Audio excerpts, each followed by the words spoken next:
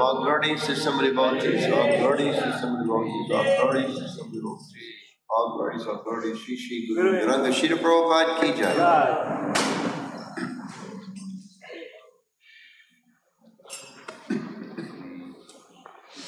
This goes up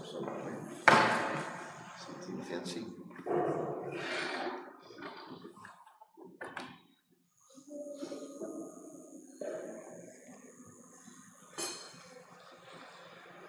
Om Namo Bhagavate Vasudevaya. Om Namo Bhagavate Vasudevaya. Om Namo Bhagavate Vasudevaya. So today we are reading from Canto 10 of the Srimad Bhagavatam. Chapter 86, entitled Arjuna Kidnaps Subhadra, And we're reading text 16, 17, which has a purport, and then I'll read 18 because there's no purport to that. Tata tadrashta palonga mahulashva iti shritaha maitilo nirahammana upavapyachuta priyo tata tadrashta palonga mahulashva iti shritaha maitilo nirahammana upavapyachuta priyo tata tadrashta palonga bahulashva iti shritaha maitilo nirahammana upavapyachuta priyo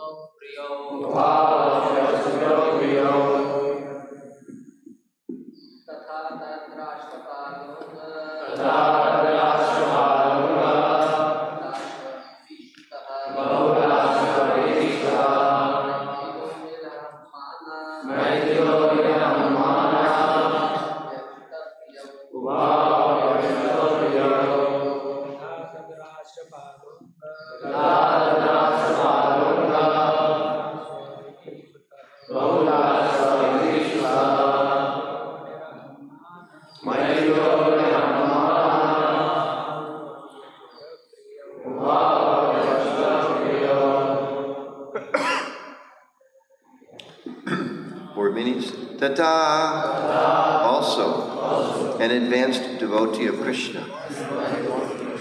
Tat, of that. Rashtra, kingdom. Palaha, the ruler. Anga, my dear prediction. Bahulashva iti shrutaha, known as Bahulashva. Maitila, of the royal dynasty, descended from King Matila, Janak, Nirahammanaha, free from false ego, Ubho, both of them, Api, indeed, Achyuta Priyo, dear to Lord Achyuta. Translation. Similarly free from false ego was the ruler of that kingdom, my dear prediction, a descendant of Matila dynasty named Bahulashva. Both these devotees were very dear to Lord Achyuta. Please repeat. Similarly free from false ego was the ruler of that kingdom, my dear prediction, a descendant of the Matila dynasty named Bahulashva. Both these devotees were very dear to Lord Achyuta. So there's no purport. I'll read 17. Tayo prasanna bhagavan darune kavritam ratam aruya shakam munirvi Videham paryam yo Prabhu. Translation. Pleased with both of them, the Supreme Personality of Godhead mounted his chariot, which Daruka had brought, and traveled to Videha with a group of sages. Purport by the disciples of Srila Prabhupada. In his commentary on this verse, Srila Vishwanath Chakrabarti states that Shrutadev and Bahulashva were unable to travel to Dwarka to see Lord Krishna because both of them had vowed to regularly worship their personal deity at home. Sri Krishna was very glad to go out of his way to give them both his audience. And while leaving Dwarka, he insisted that the sages who wanted to come with him should join him on his chariot, because otherwise they would exhaust themselves following on foot. Renowned sages would ordinarily never even consider traveling in such an opulent conveyance. But on the Lord's order, they put aside their natural aversion and joined him on his chariot. And I read 18 because it just lists who are these sages. Narado Vamadevo Tri Krishna Ramo Stito Runi Aham Brihaspati Kanvo Maitreyascha Vanadayaha. Among these sages were Narada, Vamanadev, Atri, Krishna Dvaipanya, Vyas, Parashuram, Asita, Aruni, myself, Brihaspati, Kanva, Maitreya, and Shaivana. Quite an illustrious group of travelers with the Lord going to visit Bahulashva and Shrutadev. Om Gyanatrimyandasha Jalantam Jalashalakaya Chakshru Umrita Vinantasmai Shri Gavina Shititan Manovistam Stapitam Vina Bhutale Swayamlu Pakadabhyam Didati Slapalantikam Jai Shri Krishna Chaitanya Prabhu Nityananda Shri Advaita Gadadhar Shivas Gaur Bhaktivinoda Hare Krishna Krishna Krishna Hare Hare Hare Ram Ram Ram.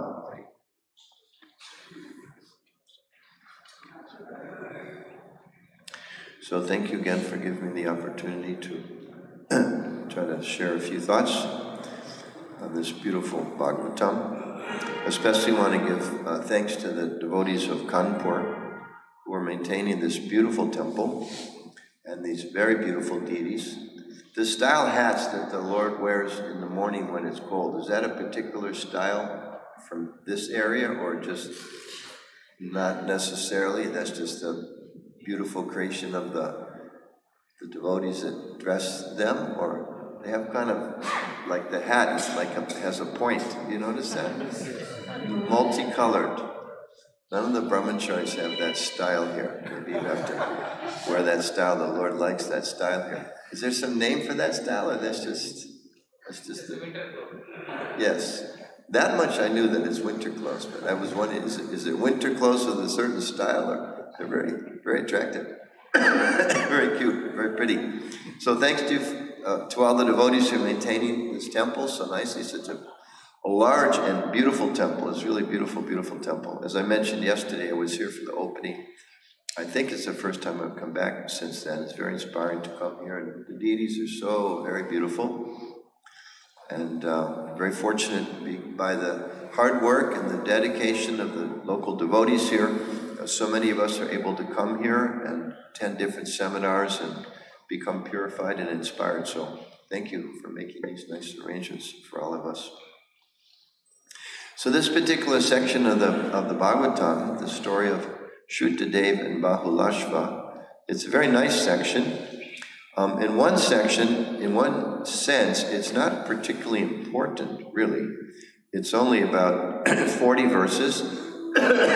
It's in a chapter. It's interesting. The chapter is named Arjuna Kidnaps Subhadra, but there's only about half a dozen verses about that. But then this section, there's about 40 verses, but that's not the title of the chapter.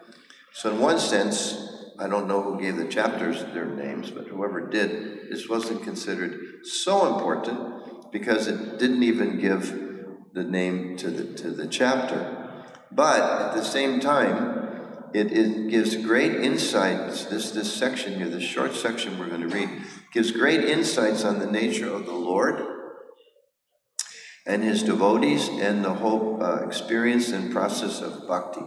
So in that sense, it's actually a very, very important section. So today, there's a lot of different ideas in the world. This is the age of Kali. It's the age of quarrel and hypocrisy and speculation. And everybody has so many different ideas, and they're all very proud of their different ideas, right? Describe the pauper is proud of their penny. So even the uneducated person is very proud of their ideas. in this age, isn't it? Everybody has some ideas.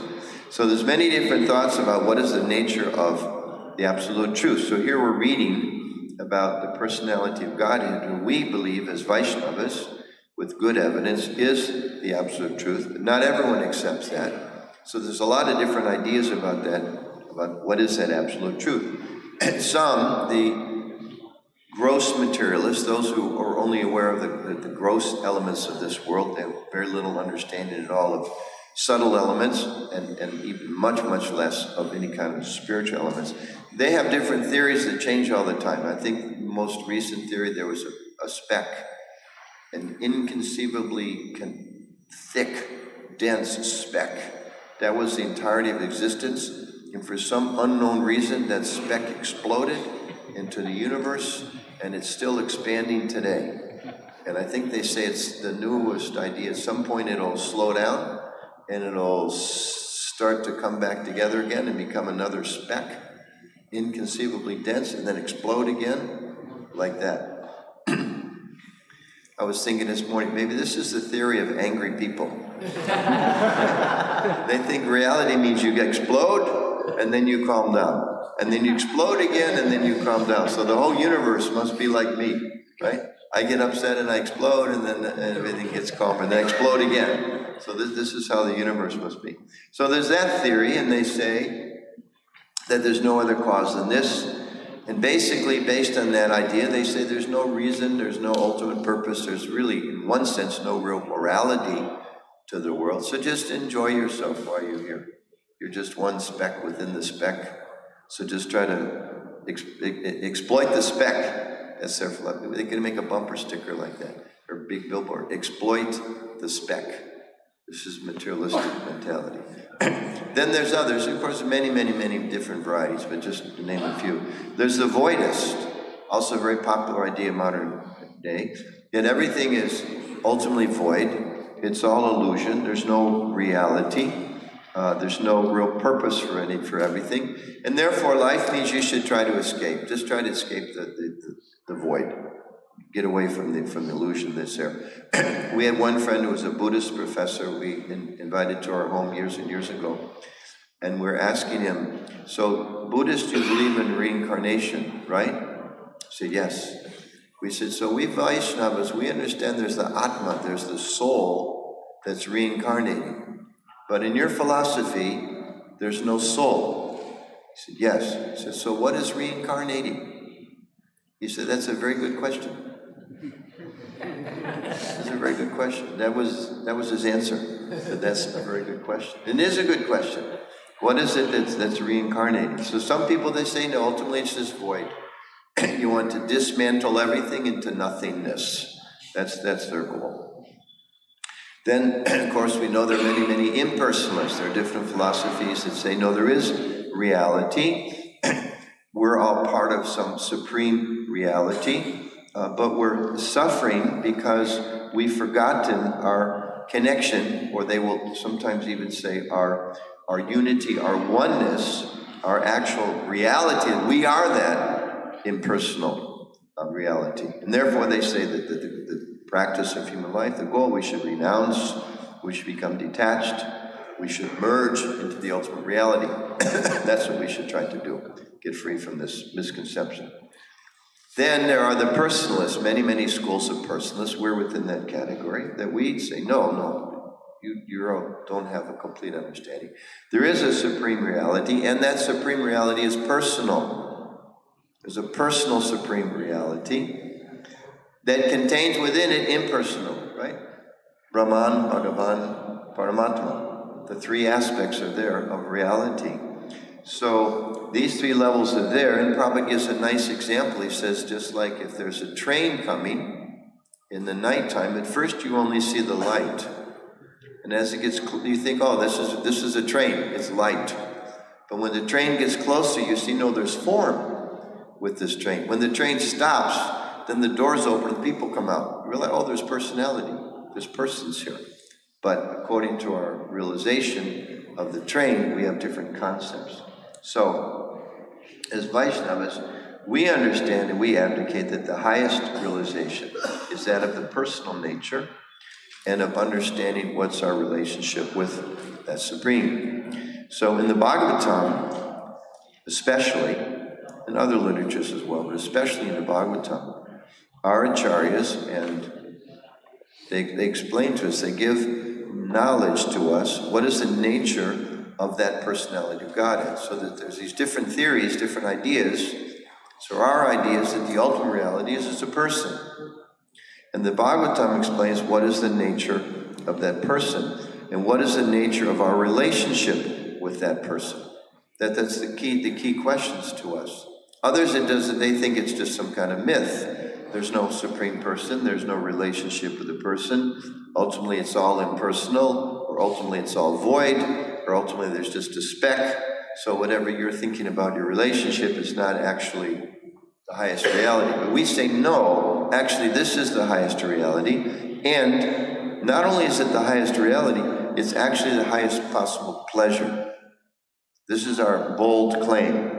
To the materialists who are seeking pleasure in so many ways, to the impersonalists who are trying to merge into the supreme Ananda, they want to become part of that. We say, no, the highest pleasure is actually in relationship with Krishna. And different sages in our line, they have described this in different ways, just as we know it was Rupa Goswami who said, just the name of Krishna, just his name, not even without avoiding all the esoteric understanding, the name's same as the form, etc. But just the name of Krishna is so sweet. He said, I want thousands of tongues and thousands of ears just to be able to hear the name. You can imagine, if there was some song you were listening and it was a very attractive song, you might think, oh, I wish I had 2 sets of ears. That song is so sweet. But to want thousands of ears, it's so sweet that I want thousands of ears. This is his description of his realization. Prabhupada, in the first canto of the Bhagavatam, he talks about the nature of bhakti and becoming Krishna's servant. He explains being a servant of God, he uses this very beautiful expression, is the most congenial form of intimacy. So very nice, you can look up and see what words would translate exactly in Hindi. Most congenial means the highest, the sweetest form of intimacy or close connection. And we understand so many other places in the Bhagavatam, when we read about earlier in the 10th canto, that in Vrindavan, when Krishna places flute, the stones melt. That's what our acharyas say. You know, people, again, they think, oh, what a cute story. You all have such cute stories. It's very nice. There was one lady, when I was the president in Denver, she was a big businesswoman, and she used to say to us, it's very nice you sit around all day long and pray, but others of us, we have work to do. That was her concept. It's very sentimental that you're praying, you're studying, and all this. Very nice. So it's nice you believe that the stones melt. How sweet. What a nice story. A very nice story. Do you tell all of your children these stories? They may say it like that. We also hear when Krishna played his flute, the cows and the other animals, they would freeze in ecstasy. They just freeze. So some may doubt. Again, nice stories. But our challenge is actually, no, we say this is the fact. This is the ultimate reality. This is the ultimate thing that can be pursued. But someone may ask, even philosophically, even we may have some little doubt. Okay, Krishna is the supreme source of everything. Universes, as explained, come from the pores of the plenary portion. Expansion of the Lord, universes are coming. So he's infinite, and we're infinitesimal. He's described elsewhere. He's the fire, we're the little sparks. How important is one spark to the fire? We see like a big fire, if so many sparks go out, they fall away. They're not so important. There may be some big company has thousands of employees. How important is one employee? Not so important. Not so important. The company loses so many employees every day. There's an army, right? Big conquerors, they have so many soldiers die. How important is one soldier to the army? Not so important. That's a materialistic conception. We see that in this world, the big men, big people, they don't really care for the little people, isn't it? They simply don't care. In English, there's an expression They chew you up and spit you out, right? Like sugar cane, right? You chew it, you get a little sweetness, and then you spit it out because it has no more value, and you just leave it on the ground. And that's how people in this world often treat each other. So we have to ask ourselves, and I won't embarrass anybody, but if we ask ourselves, in this one lifetime that I remember, have I ever been cheated? Right?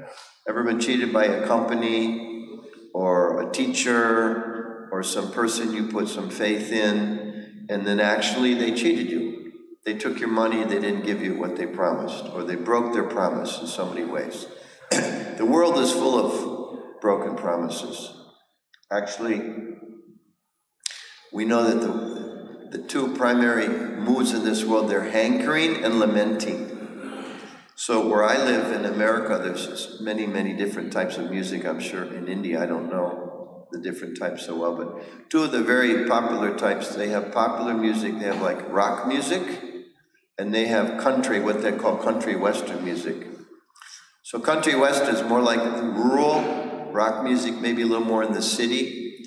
So the rock music is always about hankering. You listen to the words of these songs. Oh, I met this handsome boy. I wish I could meet this beautiful girl. I wish I could get this money. I wish I could go to that place. This is what they're always singing about. The country music, because I go to our temple in New Vrindavan, it's in West Virginia, it's in the countryside. Sometimes I'll, just to get a sense of the pulse of the culture, I'll turn on the radio, listen to the news a little bit. Very different perspective of the world than they do in the cities. Listen to me. Their music is always lamenting. The rock music is always, I wish I had that girl. The country music is, oh, I lost the girl. The rock music is, I wish I was famous. The country music is, I lost my fame. It's very interesting. So our hankering and lamenting is very, very, very, very strong. And what happens is, unfortunately, because we're conscious living entities, we hanker for something, and then we get that thing, and then we lose that thing, and we feel cheated, and what happens is we lose faith. People lose faith. The world is full of many faithless people. They don't believe they have a friend. They don't believe that, certainly they have a hard time believing that God is actually their friend. They lose trust in institutions and organizations and other people, and they become bitter, and they become cynical. We meet people like that many times. Sometimes we go, we try to offer someone a book. I don't want that book. You know, or they walk by, I bet it happens here too in America sometimes, they walk by kirtan, they close it. I don't want to hear that. And they think of devotees as just being very simple. It's very nice. It's nice for you, you have this faith that there's something better. But I've experienced the world, and I know it is a cold, dark place, every man for himself. That's part of the modern conclusion. But we say no. Actually, Krishna is the Supreme Personality of Godhead. He's the best friend of every living entity. You have an opportunity in this human form of life to awaken your relationship with him, and actually this will make you happy. That's a very bold claim. In this age of cynicism and doubt and faithlessness, that we go out every day with books, we go out on Harinam, we invite people to the temple with this simple message. Actually, you do have a purpose to fulfill. Actually, your life is valuable. Actually, you are meant to be happy, and you're meant to realize this in this one lifetime. That's the perfection, and it's within your grasp. You just have to desire it. This is the bold optimism of the Vaishnavas and of the Hare Krishna movement. So we have a mission. Each and every one of us in our seminar, we're talking about, Prabhupada gave these 7 purposes of ISKCON. It's like our mission to systematically propagate spiritual knowledge to society at large. So we have a mission, 2 things. 1, to become Krishna conscious ourselves, and 2, to give others Krishna consciousness. To give them this awareness that actually there is hope in life. You may be the most cynical person in the world, but actually there's hope. There is an alternative way of living and directing our lives. And there actually is someone who cares about them, who genuinely cares about them. Not just for some temporary business relationship, but someone actually cares for them. There's a beautiful story of a devotee that was with a new devotee, a new Vrindavan, relatively new person, was asked to, at nighttime, Prabhupada was staying in one small house, and that he was the night guard. Everyone else was taking rest, getting ready for the next day. He was the night guard. So he was asked to walk around this house and kind of make sure if Prabhupada needed anything, you were there, or kind of, protect Prabhupada in that sense.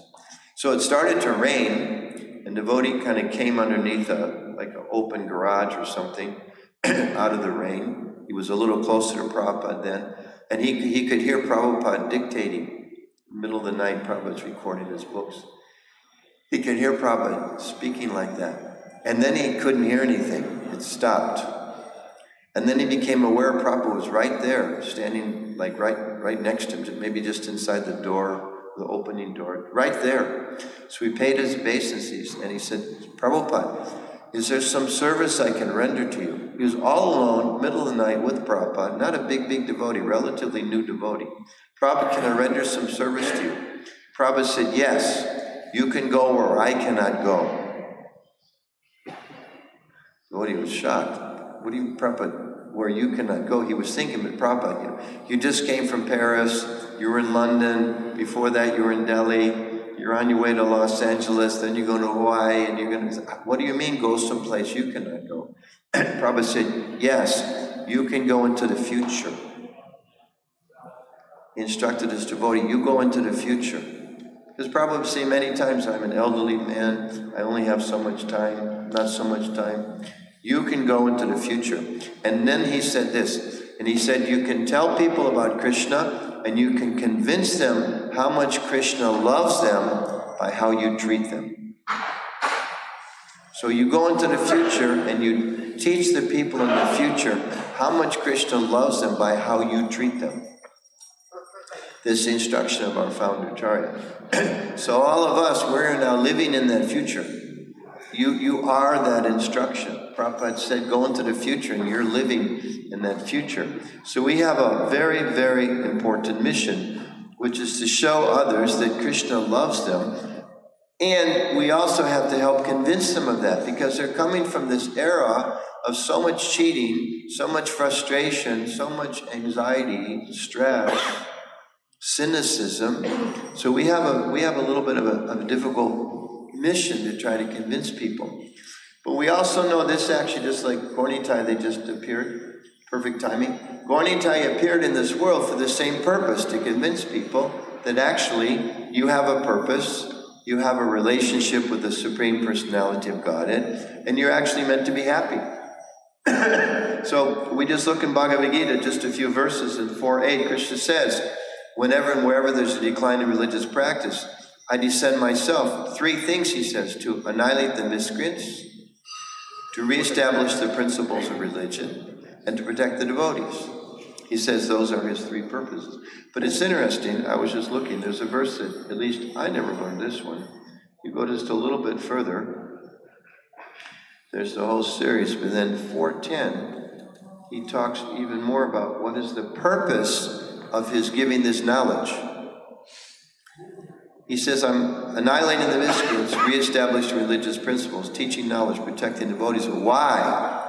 He says, English, being freed from attachment, fear, and anger, being fully absorbed in me, this is 4.10, and taking refuge in me, many persons in the past became purified by knowledge of me, and thus they all attained transcendental love for me. So he's saying the reason I come is to give people a chance to actually reawaken their love for him. This is why he comes. Again, this is the claim of our Vaishnava tradition. In the 10th chapter, again, just English, Krishna says, one who is factually convinced of this opulence and mystic power of mind engages in unalloyed devotional service. Of this there is no doubt. So he comes to give this knowledge of himself, to reveal himself, to show himself, so that people can become convinced of his opulences and his mystic power, and then engage in his unalloyed devotional service. So he comes and he reveals these activities in his abode just to invite us back. This is actually quite phenomenal. existence is not a speck, it's not a void, it's not something impersonal, but it's a personality who, Prabhupada explains in the 3rd chapter of Bhagavad Gita, creates this whole universe for 2 purposes. To give us a chance to fulfill our independent desires and to learn how to reconnect with Him. Sometimes people think, why there's a universe? Why is there so much suffering? Why is there so much problems in the world? So that you can fulfill your nonsense desires, and so you can reconnect with God. Those are the 2 purposes that are there. And Srila Prabhupada, in one of his first recordings, Prabhupada uses this beautiful expression. He says, Krishna is ever inviting. Nice term. The Lord is ever inviting the conditioned souls to come back with Him. Ever inviting. Just like maybe you have, say it's your birthday party. Okay, sometimes we have birthday parties with devotees. The brahmacharis also maybe have birthday parties. Up in the ashram, no one's looking to have a nice cake. I don't know. So we have birthday parties. So you have some friend, you invite your friend to the birthday party, right? And you don't get a response. You send him a WhatsApp message, no response. You invite him again, you send him an email, no response. You send him a letter, no response. You send someone to talk to him, no response. The party starts, he still doesn't come, no response. At a certain point, you give up, isn't it? He doesn't care about me. He doesn't really want to come and celebrate my birthday. There's some problem. You stop inviting him. Krishna never stops. This is the nature of our understanding of the Supreme Absolute Truth. He never stops. Prabhupada said He's ever inviting. He's ever inviting the conditioned souls.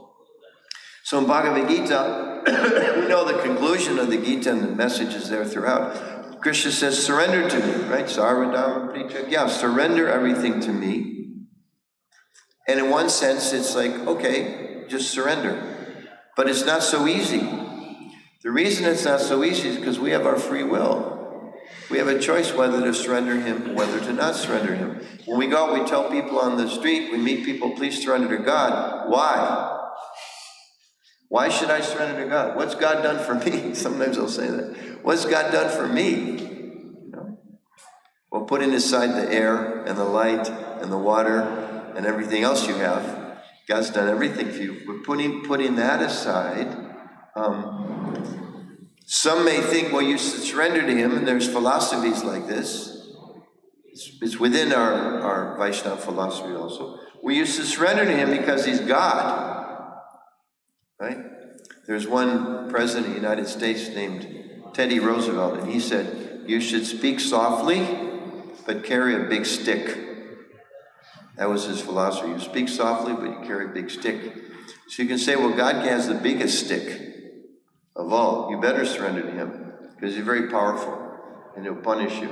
There's so many different conceptions of hellish planets that are there. Or you may say, well, we should surrender to Krishna because He's the controller. He has the ability to chastise us. Yeah, that's there, but that's not such an important part of our Vaishnava philosophy.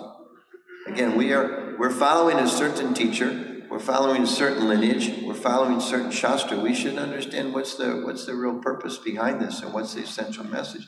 So the message of these verses today in our Vaishnava Charyas in the shastra is that we say you surrender to Krishna because He's the most lovable person.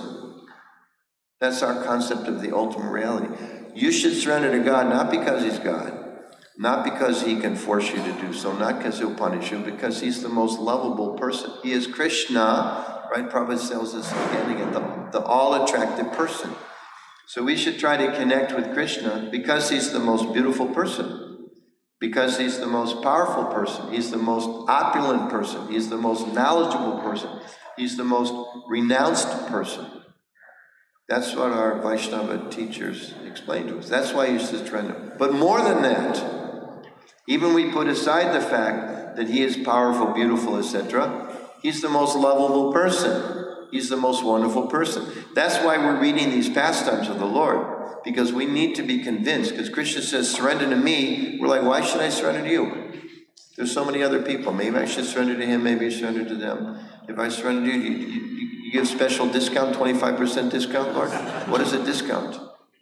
I should go to this shop because if I can become a club member and I get 10% off all my purchases. right? I can fly Vistara, I can become a member. Why should I fly Indigo, right? Okay, I can surrender to Krishna, just like we were with, we went to, where were we? We were in Naimisharanya the other day, and speaking with one of the pujaris, and he was, I don't remember the details, but he was saying, I'm a devotee of Yamuna. Forgive me if I don't get this right. Where's Krishna? He was saying, I'm a devotee of Yamuna. He said something because she has a connection with Saturn, and Saturn punishes everybody. So this way, Saturn won't bother me. And she's connected with the sun. So because of that, the sun will bless me. And then she said, and she's married to Krishna. She's worshipped by Krishna. So Krishna, he had like it all figured out. I was saying this is like a pious version of Hiranyakashipu. I got all the angles covered, you know. So people might think like that. Oh, okay, you should surrender to God because he'll do this and he'll do this and he'll do this. No, we say that we should surrender to him because he's the most lovable object. Just like in Kartik season, Damodar month, we chant those beautiful prayers that explain those who are attracted to his Aishvarya aspect. Actually, you don't understand him. You don't actually understand that the Lord is, I think the term's conquered and overwhelmed by pure loving devotion. So again, this is a person from an expansion of his opulence. Universes are coming, but still he is conquered and overwhelmed by pure loving devotion. So, like the cows, we should be a little stunned by that fact. We should be frozen in contemplation of what that means. We should, maybe we can melt, but a little bit our hearts should begin to melt. What is the nature of this supreme person? What is this concept of the absolute truth that we've been given by our acharyas and ultimately by the Lord himself who comes to reveal this? The reality is not a speck, it's not a bunch of matter, it's not a void, it's not something impersonal, it's not even just opulences. I think in the Gita, Prabhupada uses the expression that the universal form devotees are not so impressed. Remember, Ravinda Swarup used to quote this all the time. By a godless show of opulences. Remember that quote? In the purport, Prabhupada, a godless show. It's like a very interesting way of describing Krishna's universal form. The godless show of opulences. So, our understanding of Krishna, of Gaura-Nitai, of Radha Madhava, of Sitaram, that he is actually Bhakta-Vatsal. He becomes the devotee of his devotee. This is a very radical concept of the absolute truth. And we see in today's verses and throughout the Bhagavatam, the Lord in this pastime, he's inviting these sages, as there's some pretty important people here. He's saying, hey, get in the chariot with me. And the purports reveal, I guess they're quoting from Vishnu Chakravarti Thakur. Yes. That actually the sages, they don't ride in such opulent chariots. That's not what they do. They walk. But God says, hey, come on, let's go for a ride. Okay, sure, why not? That's the nature of his relationship with these sages. He's visiting this great king, Bahulashva, and this Brahmana Shuttadev. The Lord's making no discrimination. It's very important teaching here. He goes to visit the king. He goes to visit this poor Brahmin. As we'll read, the Brahmin offers prayers according to his capacity. The king offers prayers. The Brahmin offers her a seat. It describes in the purport coming up, maybe in the verse, no, in the purport, the Brahmin was so poor, when all these sages came with Krishna to his house, he didn't have enough mats for everybody.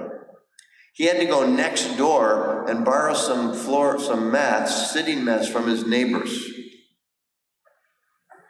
But Krishna went to his house, and Krishna accepted whatever he had. This beautiful painting back here, who is this woman saint who was eating the fruit before? What was her name? Yeah, I mean, that's God. If I came to your house for prasadam, okay, I came to your house, and you said, here's an apple, let me see. Yeah, it's pretty good, you eat it. I go, what? I'm not going to eat something that you just chewed of, right? Are you going to do that? You come to my house, I give you something and say, here's some. No, I don't think you would. You shouldn't. You shouldn't do that. This is God. I mean, what kind of God is this? You know? If you go to some VIP's house, or you invite some VIP to your house, and again, you take a bite out of the fruit, you give it, you bite one, it's not so sweet. Oh, this one's good, eat this one. They're going to be so offended. They're going to stand up and walk out of your house, isn't it? Even some little, deputy assistant to the assistant to the assistant to the minister, what to speak of the minister, what to speak of the prime minister, what to speak of some great, powerful, universal figure, some demigod. They're going to be offended. But God himself said, no. You offering this to me with devotion, I'll accept it. And as we'll be reading, as it so happens, Bahulashva and Shrutade, they both approach Krishna at the exact same time. So what does he do? He expands himself in two and goes to both their houses at the same time. What kind of person does that? This is where the Supreme Personality of God is. So we should think, what kind of personality is that? That they to be so considerate that he advised himself to do both. We know earlier in this canto, I think it's earlier, Narada, when he visits Dwarka, and he's interested to see how is the Lord conducting his different pastimes. And he goes in one palace, he's playing with his children. He goes to the next one, he's having conversations with his queen. He goes to another place, he's discussing with the minister how to manage the kingdom. And Narada's completely bewildered. Not like confused, bewildered, but in awe of this personality of Krishna. And even it's described, in one sense, it's a short thing. Pleased with both of these devotees, the Supreme Personality of God had mounted his chariot, which Daruka had brought. Just mentions casually Daruka. Who is Daruka? Daruka gets to drive Krishna on his chariot. So the Lord goes, hey Daruka, let's go for a ride. Daruka, get the horses. Daruka, it's you and me. We're gonna ride off into the distance and do some exciting. Wow! Just a minute.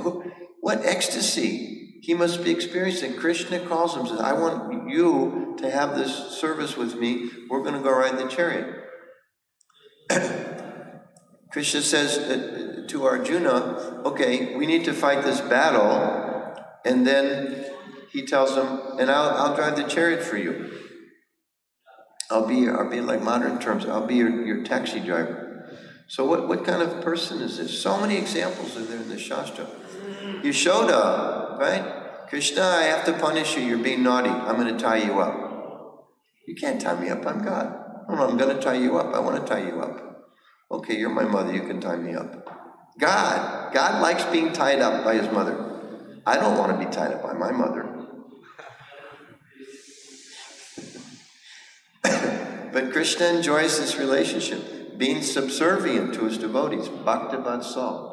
So, when we're chanting Krishna's name, when we're seeing the deities in the arti, having darshan in the temple, when we're doing service, when we're trying to share this knowledge, distribute these books, distribute this holy name, we should really, as Prabhupada says, he coined this term Krishna Conscious. We should try to be conscious of Krishna, conscious of who is his personality that we're trying to understand. What is his nature?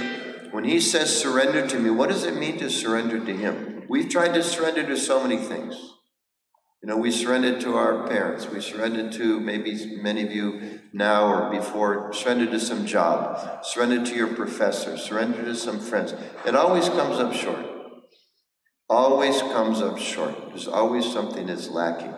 And Krishna's saying, I'm not like that. And we have the opportunity through hearing from our acharyas and through studying the scripture to go very, very deep to understand what is the nature of this Supreme Person. Not that I should just surrender because nothing else works in this world. Or not that I should surrender because he's the big boss. He is the big boss, and that's an okay reason to surrender. But better than that, I should surrender to him because he's my best friend. Bhaktanam jakatapasam sarvalokamaheshwaram suridam sabhubhutanam gyatvam shantim richati. He's the supreme friend. He's the best friend of every living entity. So we should, as Maharaj was saying yesterday, we should hear on a regular basis. We should hear about the opulences of the Lord. I read that verse 10:7. When one's convinced, he says, of his opulence and his mystic power, then we engage in unalloyed devotional service. Right now, it's a little hot and cold. Yeah, I'll surrender. There was one sannyasi years ago. He said the mood of most of us as devotees is, my dear Lord, please help me surrender to you, but not just now. Maybe a little later. Let me experience a few more things of this world.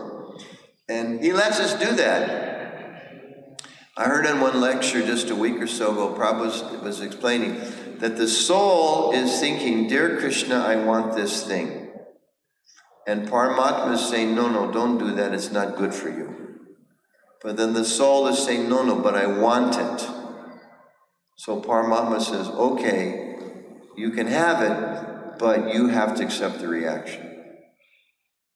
So he's giving us advice, we're rejecting his advice, we're insisting on something, and he says, okay, you can do that, but it won't make you happy, like that. So Krishna is giving us free will, he's given us this entire universe. I was thinking yesterday, 8,400,000 species of life. Like I live in America, right? They have Disneyland, Disney World, Universal Studios. They have some of those theme parks here now, people go. Is there anyone that has 8,400,000 different rides? That'd be pretty big. That'd be the biggest theme park in the whole world. Krishna made 8,400,000 different rides, just for us. You want to fly like a butterfly? Great, you can do that. You want to be mosquito? You want to attack people? You can be mosquito. You want to be a tiger? You want to eat people's bodies? Okay, well, you can do that. You want to fly in the sky? You want to go down in the ocean? You want to go to the bottom, miles deep, so much pressure? I'll give you a body where you can function even down there. You want to live in the fire? Okay, you can try that. So many different opportunities are there. But ultimately, at the end of the day, you go to the theme park, like, and I know in America as a kid, I went to a few. You come home with a headache and a stomach ache.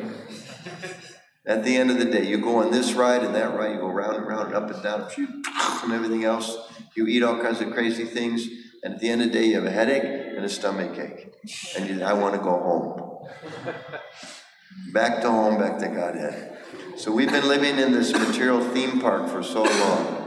So many different rides, so many different spinning this way, that way, this type of 8,400,000 different rides, right?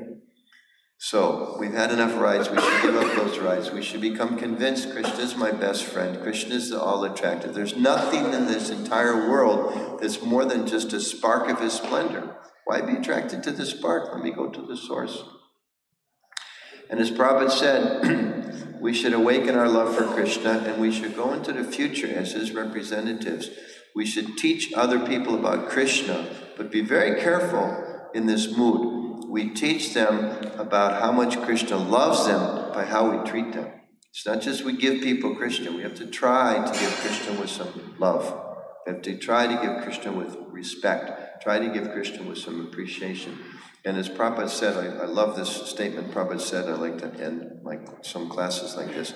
Prabhupada said, just become Krishna conscious and enjoy life with a thrill at every moment. Just become Krishna conscious and enjoy life with a thrill at every moment. So that's our aspiration. The life becomes just thrilling, like Daruka. Where are we going to go today, Krishna?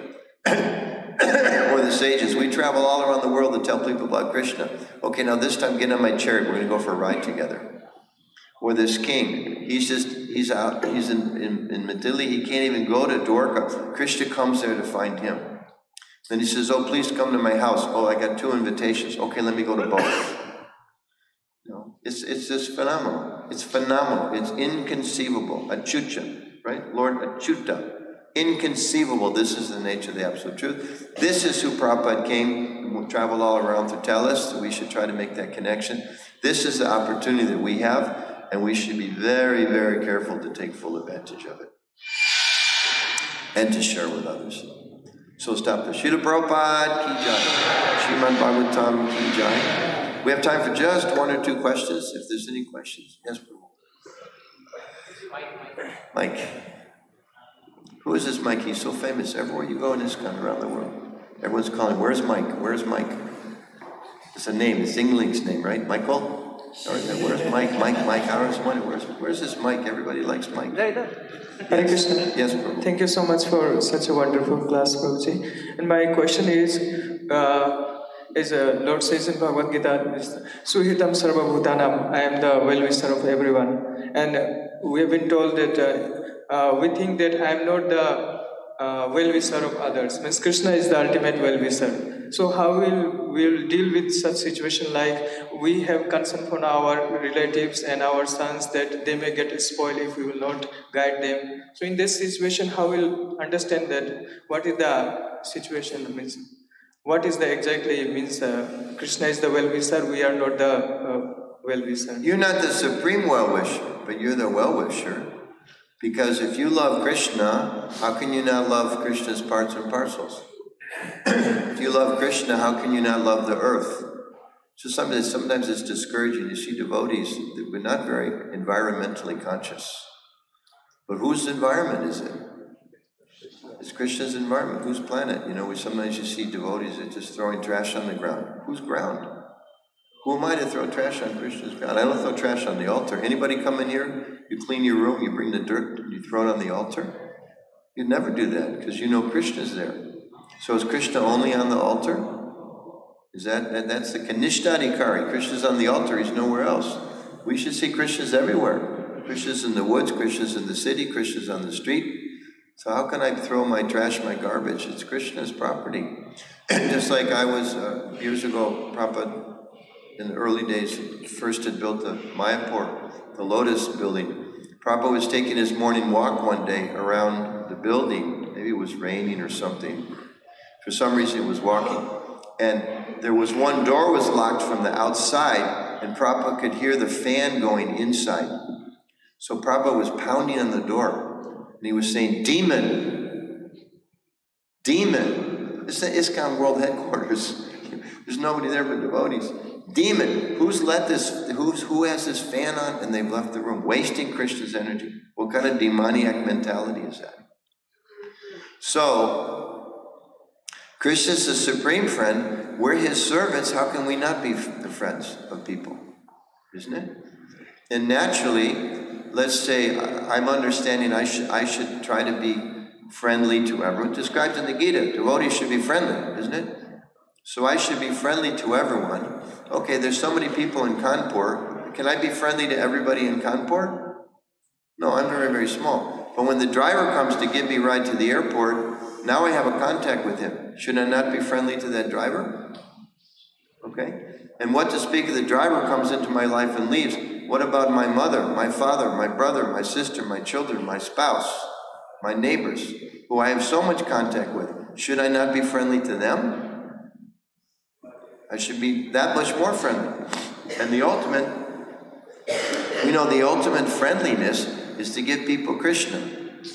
But we also know that we are a spirit soul living within a material body. We have a body, we have a mind, we have needs, we have different intellectual needs, social needs. So sometimes in our Krishna consciousness, we think, I just have to give you a spiritual benefit and everything else is Maya.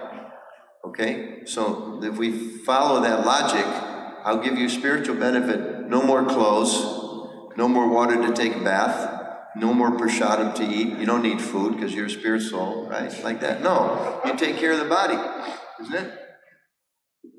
We have to take care of the mind and the body and the soul. They're all a package.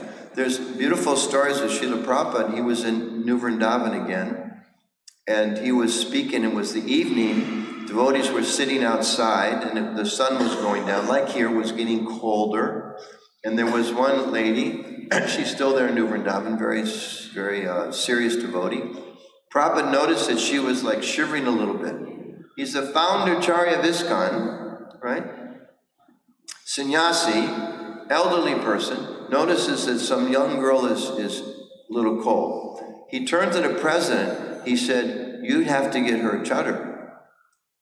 She will not complain, she is Vaishnavi. She will not complain. But you're the president, it's your job to make sure her needs are taken care of. That was a vision of our founder, Chariot. And there's many examples. Like Prabhupada signed his letters, hope this greets you in the best of health. You read some of those letters, here's some tooth powder for you. take this for your stomach. He's concerned about the devotees' well-being. There's stories of Prabhupada going up into the ashram of the devotees because someone was sick to come and see how they are. Like that. Even Prabhupada was a sannyasi. Prabhupada made arrangements when he took sannyas, later established ISKCON, he also made arrangements to make sure that his wife was taken care of, even though he was a sannyasi. It wasn't like, all of a sudden I'm a devotee, I don't care. No, we're devotee, we care that much more. There's a beautiful lecture, Prabhupada's talking about daksha, not the person, but expertise. And he explains that not that because you're a devotee, all of a sudden you think, I don't care about material things. And Prabhupada uses, I'd like to memorize that whole section, but Prabhupada says, what material? There's nothing material. For a devotee, there's nothing material. It's connected with Krishna. So the earth is not material. Your family is not material. It's family if we want to use these things for our own personal benefit. Then it becomes material. But if we're seeing, no, I have connections with these people, let me try to help them connect with Krishna, then it becomes spiritualized. Is that okay? Thank you, Prabhu. Yes, Prabhu.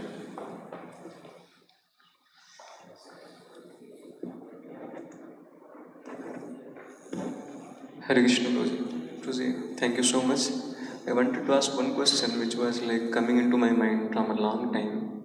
We hear many times that everyone is part and parcel of Krishna and we should respect them, treat them with dignity. And we also hear that Krishna is present everywhere. So we should be thoroughly honest while our dealings, while talking, and integrity and other things. But even after hearing these things, nothing reflects into our actions. Nothing reflects into our actions. We are not practicing that. We are not able to practice it. We may remember it, good point, but nothing comes into our... We're not practicing, or we're not able to do it perfect? We are not able to do it very perfectly. Okay, but that doesn't mean we shouldn't practice. So, right? If you want to learn anything, you have to practice. You want to learn harmonium, you have to practice. You want to learn drum, you have to practice. You want to be humble, you have to practice. You want to be respectful, you have to practice. So we have to practice being respectful to others. We have to practice serving others. There's a nice exchange with Prabhupada and Gargamuni Prabhu. In the early days, devotees were just learning how to pay obeisances. Some devotees were doing it, not everyone was doing it. So Gargamuni went to Prabhupada, Swamiji, I believe, in those days they called him Swamiji. So Swamiji, the others, they're paying obeisances. I don't really feel like it. Is that okay? So Prabhupada hadn't told them you should do this, but now he was asking. So Prabhupada took advantage of the opportunity. He said, that's okay if the feeling is not there. You just pay your obeisances, you bow down, the feeling will come. So this is bhakti. This is our process of devotional service. We practice it, we try to be humble, we try to be sincere, we try to chant with focus. We try to serve others, and we sometimes don't do a very good job. But if we keep practicing, then it becomes, because it's our nature. That's another beautiful thing about Krishna Conscious. It's not this is something that imposed. Prabhupada says again in that, I think, same record, it's not an artificial imposition on the mind. Sometimes we think, how can I ever become Krishna Conscious? I'm low-born, my mind is absorbed to so many nonsense things, I've done so many sinful activities in my past, I offend people every way, and how can I ever become pure? Because it's my nature, that's who I am. We're just peeling off the layers. That's our philosophy, it's not me, Anuttam, just talking. This is our philosophy, that we are pure spirit souls, temporarily covered. It's our birthright, it's our eternal reality, and we just have to uncover that nature. It's our destiny if we just continue the process of Krishna Conscious. It's who we are. So we shouldn't become discouraged and think, oh, I'm too fallen. There's one story. A devotee was talking to Prabhupada and saying, Prabhupada, I can never become Krishna Conscious. I'm too fallen, I'm this, I'm that, I'm just too much, too fallen. Prabhupada said, you're not the most anything. Why are you thinking you're the most fallen? You're not the most fallen. There's so many fallen people. You're just a speck. Just become Krishna Conscious. So we shouldn't let it discourage us that we have some ways to go, but keep practicing. Just like it described, devotees should be utsaha, right? Enthusiastic. So sometimes you're in Mangalarti, you don't feel very enthusiastic. That's when you should dance enthusiastically. And if you do, we all have experience, enthusiasm comes. No? Is that okay? Okay. So I think we should talk to the person leading the seminar if they want to have more questions or not. Okay, one more question. Anybody else? Otherwise we'll stop.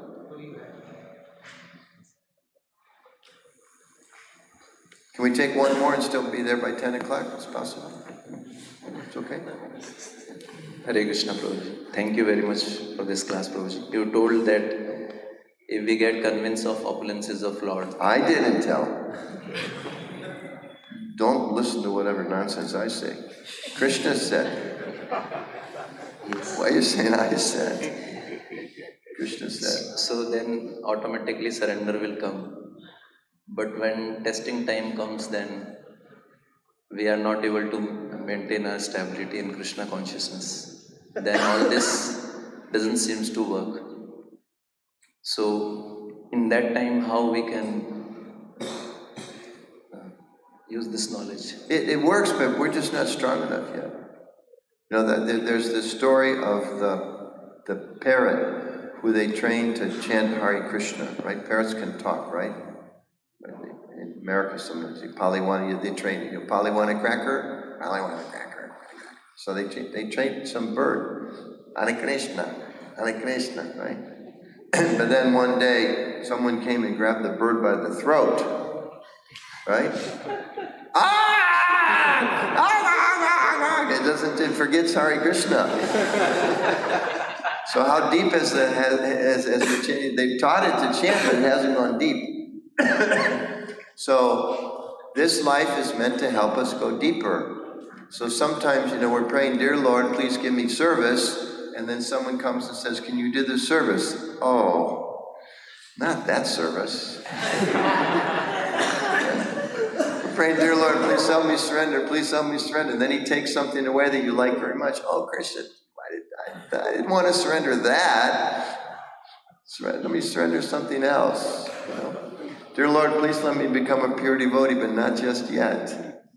Right? So it takes practice. And we get encouragement. The Bhagavatam is full of these beautiful stories of these great devotees with experiencing ecstasy, and it's full of not so great devotees that are struggling, and how they struggled, and how they suffered, and how they were gradually awakened, and get back on the right path. And we see the example of great personalities. I always encourage devotees, you should take the time, read Lilamrita, the whole thing, not just the condensed, read the whole, 7 or 8 volumes. And you see Prabhupada face so many challenges. Time and again and again and again and again and again and again, and there's so many things. But he never gave up. He never lost his faith. So we get strength by hearing those stories. Prabhupada and other great devotees, and that encourages us. So it's very honest that we should be able to say, yes, I don't pass every test. I don't pass every test, but I'm trying. And we pray to Krishna, we pray to our spiritual masters, and we pray to Srila Prabhupada, please help us to never give up. And in Gita, Krishna says, Prabhupada says in the purport, success is guaranteed for the rigid practitioner. And I think rigid doesn't mean that sometimes we don't have trouble. Sometimes there's trouble, but we don't stop. And if we stop, we pick it up. Prabhupada also gave the example like a small child. It has the innate ability to walk. But you see even like here in the morning, some of these little kids, they're running, fall flat on their face. But if they keep practicing, someday they can stand up.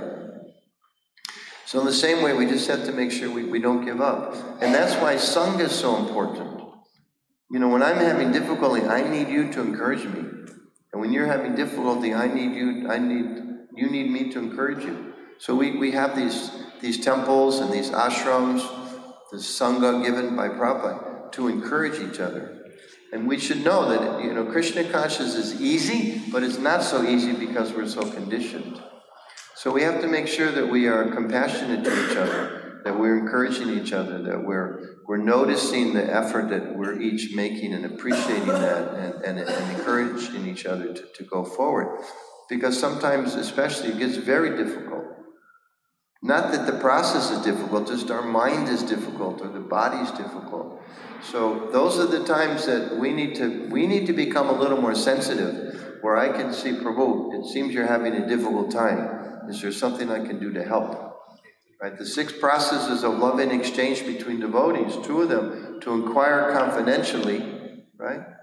And to hear and to share confidentially. So part of that confidentially is to be able to share where we're having difficulties. And, every one of us has difficulties sometimes. If not a lot of the times. But we become stronger more and more day by day by practicing Krishna Consciousness and by developing this faith that actually Krishna will help me. That's the most wonderful thing. When I don't know if I can find it on my phone. I have a quote in my wallet in my office at home. And Prabhu says something like, just become convinced that Krishna is your best friend. He says, just become convinced. He says, then just see how happy you will be and how all of your problems will go away and how your life will become very joyful. I'm paraphrasing, but it's like this. He says, just become convinced that Krishna is our best friend. So, when we're having a difficult time, part of the problem is, Krishna, are you there? Krishna, are you there? Are you helping me? Like that. And when we're convinced that he's there, and whatever difficulty I may experience is actually for my own good, then life becomes pretty clear what we need to do. But that conviction has to come. And he tells us in the Gita, develop that conviction. Associate devotees, learn about me, hear about me, chant about me, tell others about me, develop this faith and experience and realization. And then life, Prabhupada says, you enjoy life with a thrill at every moment. It's like, wow, you wake up every day. Krishna, what's today's adventure?